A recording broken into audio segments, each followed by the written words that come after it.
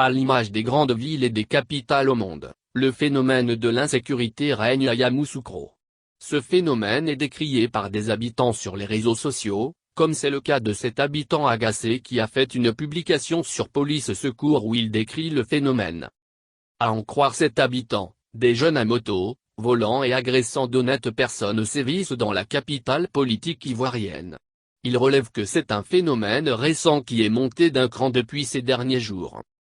Fait étonnant, comme le relève toujours l'informateur, les auteurs des faits sont formellement identifiés par leurs victimes qui ont déposé des plaintes auprès des autorités en charge de la sécurité de la ville, mais ces individus continuent de s'adonner à cœur joie à leur sale besogne. Il cite nommément un certain gueux bien connu dans la Cité des Lacs, qui serait auteur de plusieurs vols et agressions avec sa bande. Mais ce dernier qui, semble-t-il, sorti de prison pour les mêmes faits, ne serait nullement inquiété par la présence de la police, la gendarmerie à Yamoussoukro. Nous demandons aux autorités de prendre des décisions fermes concernant ce cas. Tout le monde connaît ceux qui font cela, tout le monde sait d'où ces jeunes viennent mais rien n'est fait. Des jeunes qui ne manquent pas de poignarder pour des objets qui ne sont même pas pour eux, des assassins qui n'ont aucune pitié et qui ne sont même pas inquiétés, témoigne cet habitant.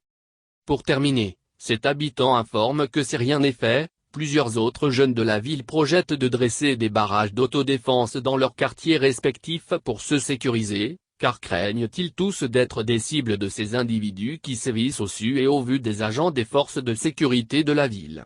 Si aucune solution n'est trouvée, je crois que nous allons commencer à former des groupes d'autodéfense et nous défendre à notre manière. Et quand ça va arriver, il ne faudrait pas qu'on parle de droits de l'homme parce que nos vies aussi sont importantes.